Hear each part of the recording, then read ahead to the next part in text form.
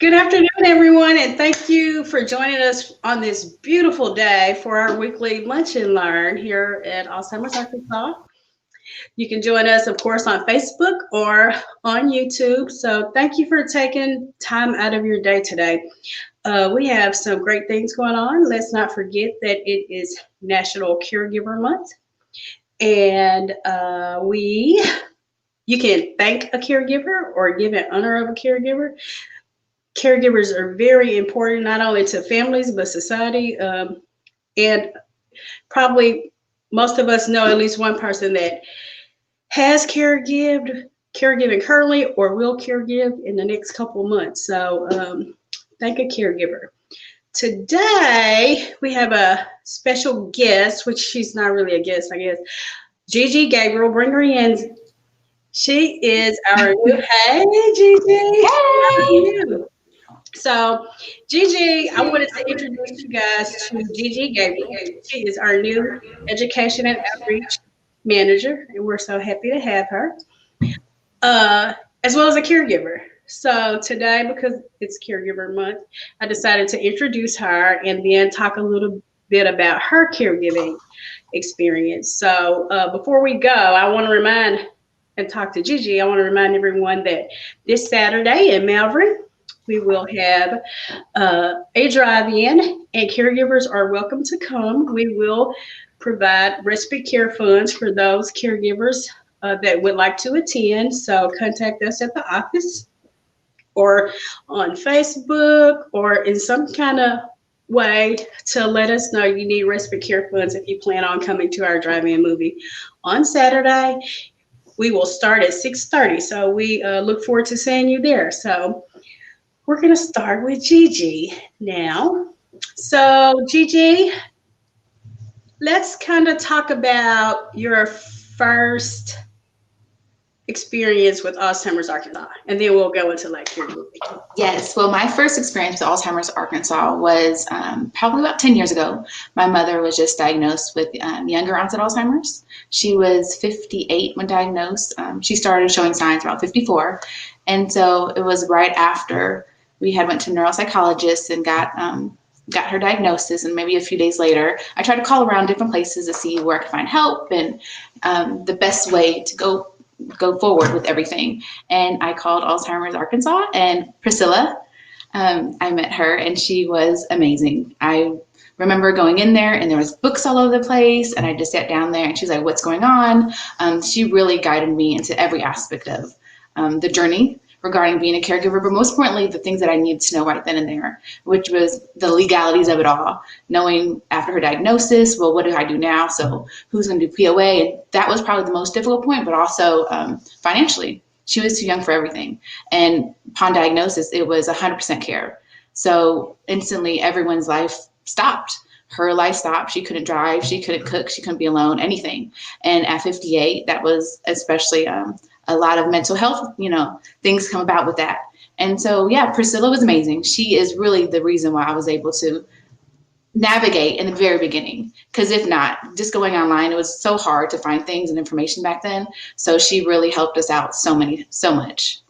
So thank you, Pris. We love you. Yes. So you brought up something in that question that is always insightful. So you said your mother was diagnosed at 58. Yes. But then you said that you think she had symptoms around 54.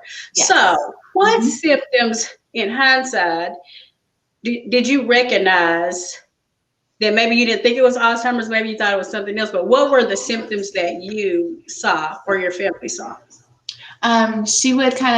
She was very meticulous. She did the same thing every day. She would mop the floors every day. She would water her plants every day. She would everything. And so I just started seeing her be more forgetful. She was a seamstress, and crocheted a lot. Some of her crochet items, they would look off, whether she missed a stitch or something like that. And for someone who's been doing it for 40 years, that was very weird. So just like the little things that you really don't think about. Maybe she forgets to do dinner, or dishes are everywhere. She was clean. Everything was spotless all the time. Little things like that I just thought, well, maybe she's just tired. Maybe she's exhausted from working. But after a while, I started seeing more and more. And so then it became to the point where I was like, I need to talk to my dad, because if I'm seeing these little things, then he has to see them too. And so that's when I, went to him and asked, are you seeing things, or just me, that we're both, overworked and overexhausted? And he agreed. He said, yeah, there's problems. She's off, and she's not acting the same way around the house. Everything's a little different. But also it's kind of has a history in her family.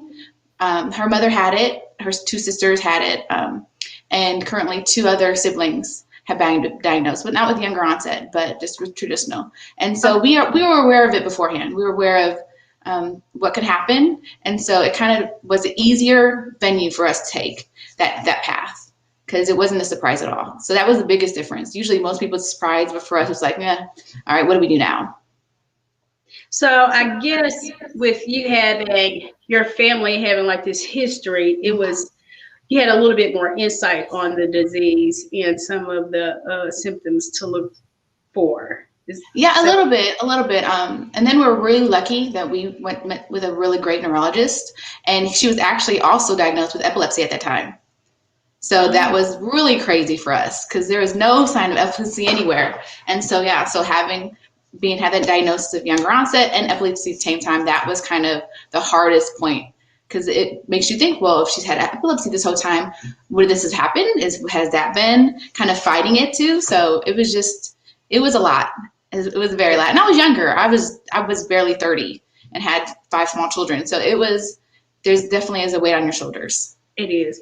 So, this question is like the biggest challenge that you had as a caregiver or have as a caregiver. And I think that question probably goes like with stages, where you're like, at this stage, this is the most challenging, and this stage, and now you still have challenges. So would you want to talk about some of the challenges you experienced, so so caregivers can hear that, and maybe some of the challenges you have now?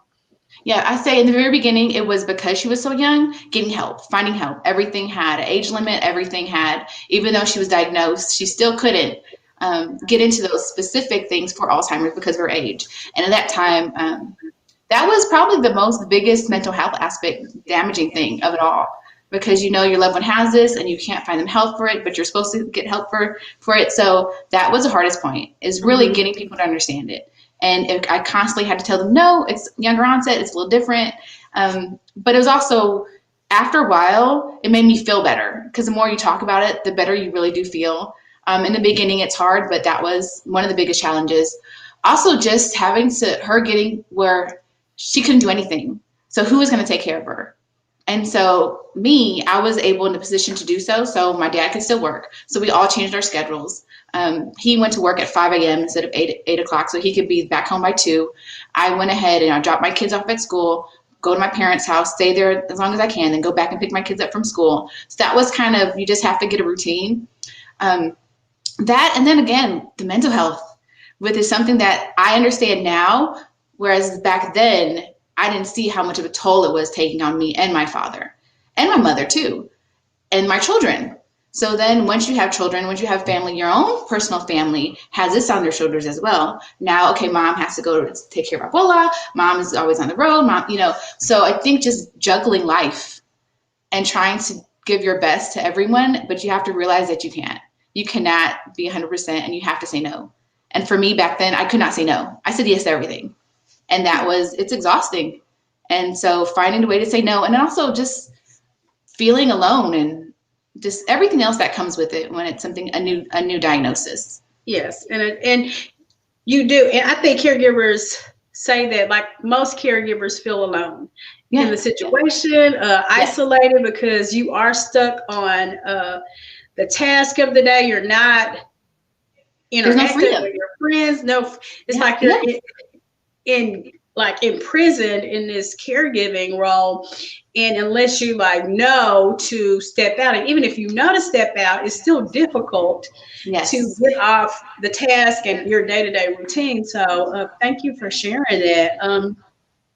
So now your mother is, if you are willing to share, where she at in her disease, and how is it different caregiving now? Now she actually, in March, once everything hit, we decided to put her in a nursing home.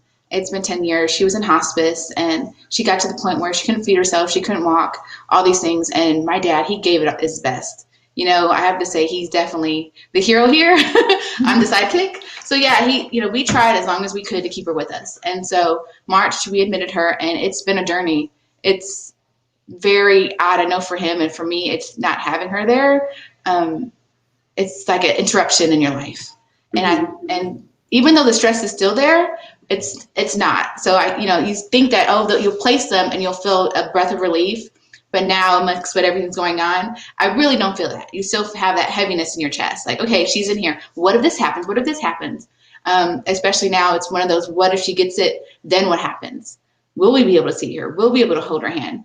And so it's just, you just got to deal with it and try to find a balance of it all. And so, yeah, she's in a nursing home. She's doing great. They are wonderful there. We can talk to her anytime we want. We can go do window visits. It's just definitely there's an absence. There's a big absence. And that's kind of the biggest hurdle to go over. Yeah. And I think one thing that I like, not that I like it, but you bring up a lot in the mental health. So you find out as a caregiver, or when you don't really recognize at first that you're like having mental health issues. It's like it almost sneaks upon you. Right.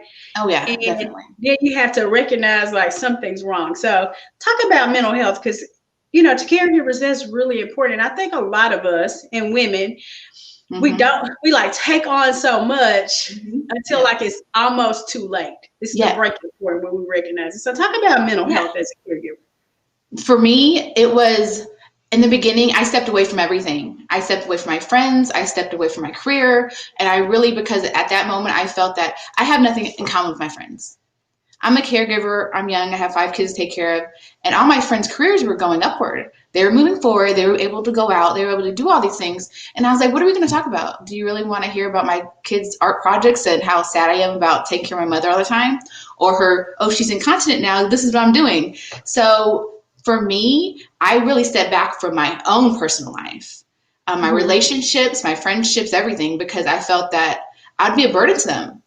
And that is huge. And especially when you're 30, everyone says you need to build a friendship. You need to build some people who, help you out. And that's so important. But the reality is, when you realize that no one will really understand truly, it affects you.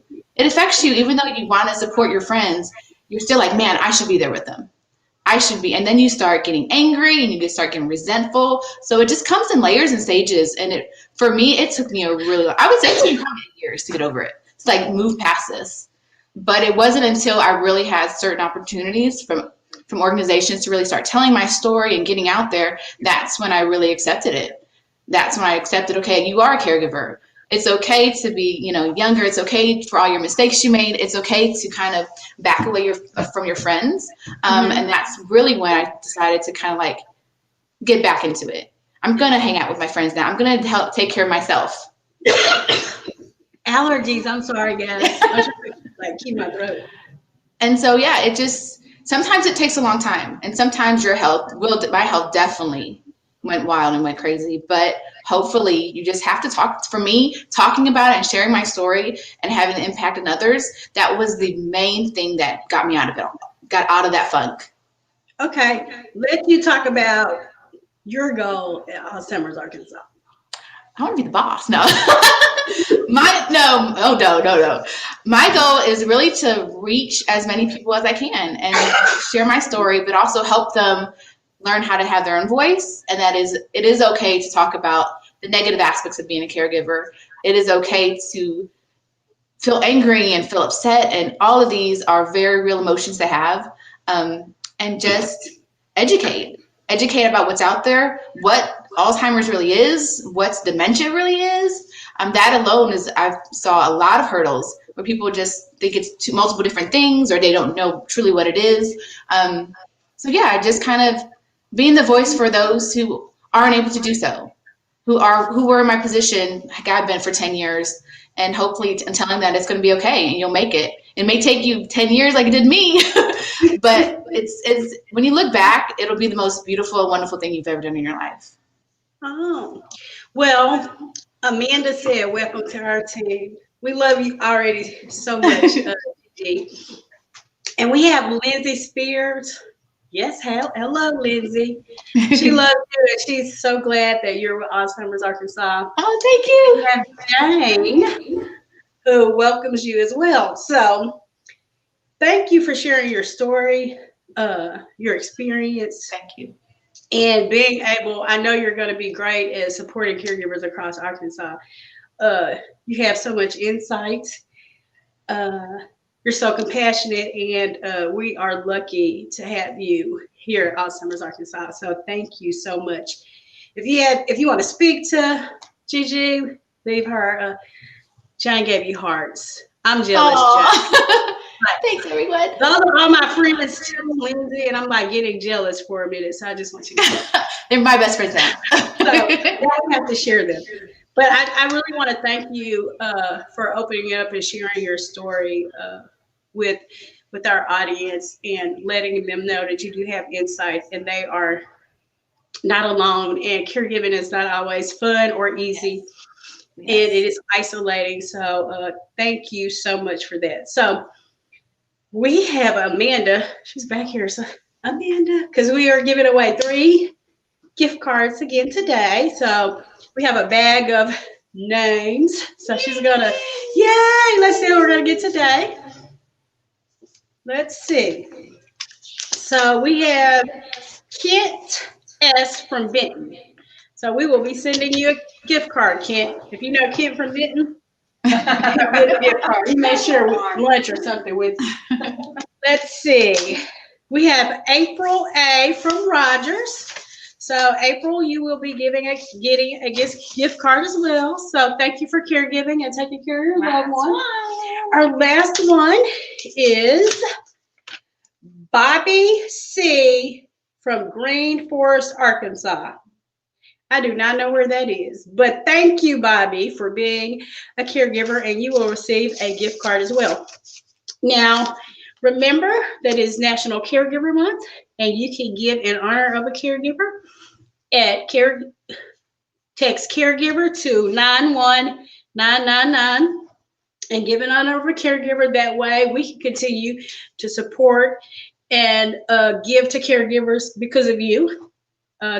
Saturday, November the 21st, we will have a drive-in movie in Malvern, in Malvern, and we would love to see you there. It is pay what you can. We have snacks and some great sponsors. So if you have time and want to get out, it's family friendly. Please come out.